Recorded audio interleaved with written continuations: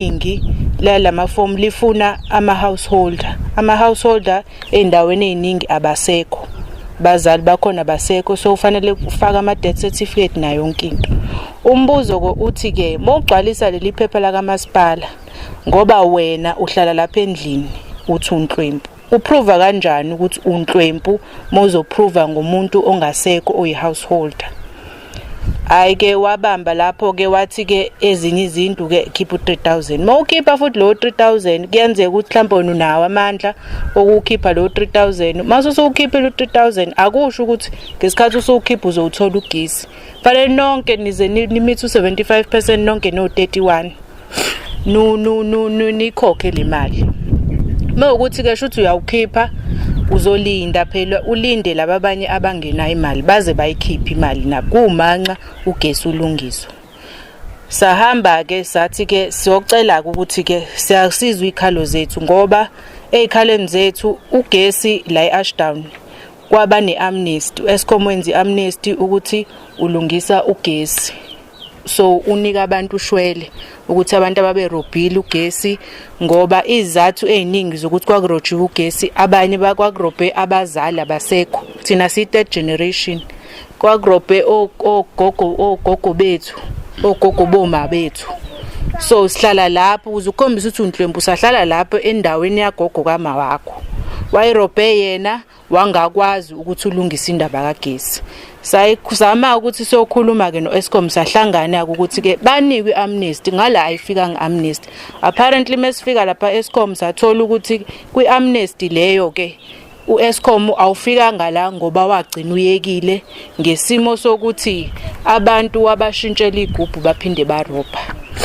Mokulandelelwa abantu bathi abarobhanga, bathi beshintsheliwe igubhu sebethi bathenga ugesi awusathengeki, awusangeni ngoba ngathi le system yabo entsha ifaka kufanele baprogramme bona via system ngale. So maybe program uthola ukuthi bathola amafayili amaningi, amaphepha amaningi alozo igubhu lezo, uthola ukuthi uprogram after 4 months. Ngeke ukuthi ufake ugesi namhlanje awukwazi ukuthenga. Mase ungasakwazi ukuthenga ngoba uprogramiwe, uzuprogram after 4 months. Sabuza ukuthi-ke siyezwa ukuthi-ke isiphi isizathu. Thina sine transformer endala. Mesine transformer endala sacela ukuthi sicela-ke ushwele-ke ukuthi-ke nathi siyithole i-amnesty sifane nabanye. So masemva kwalokho-ke umuntu mase kuthiwa urobha ugesi ngoba leyo system iyakwazi, awukwazi yini u-Eskom ukuthi udile nomuntu personally. Alright siswami, ngicela ukubuza-ke ukuthi uma ukhuluma nge-amnesty, i-amnesty kwakuyi-amnesty yani yokushintsha ama-transformer noma kwakuyi-amnesty yokuthi nikhusule ikweletu?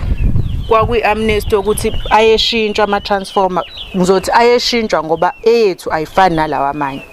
Shuthi eyethu indala kankulu ashintshwa lawa amanye. Shuthi kwakuyi-amnesty ukuthi kushintshwa ama-transformer, kushintshwa nezigubhu erojiwe ngaphakathi. Ngoba mina ngangaba nenkinga ukuthi ngafuna ukuthi ngoba sengihlala la ngihlala khona kagogo, ugesi wayewuthenga shuthi ugogo ehlala, shuthi wayevele leke uthenge vele leke uthenga ngoba kavele listini. Kodwa angikwazi mina ukuthenga ugesi ngoba anginawo ama details ezinto efanele ngithenge ngawo ugesi.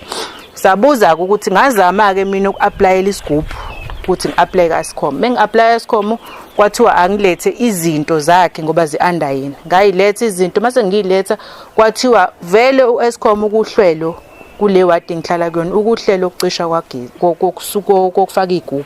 So angilinde kuzofika lolo hlelo kuze kube manje. Njengoba sesithola manje ukuthi uhlelo alifika ngakuthina ngesimo sokuthi laphela la liphela khona ngoba angazi noma kwaphela i-contract noma Eskom wayeka ngoba wabona ukuthi awubenefit lutho.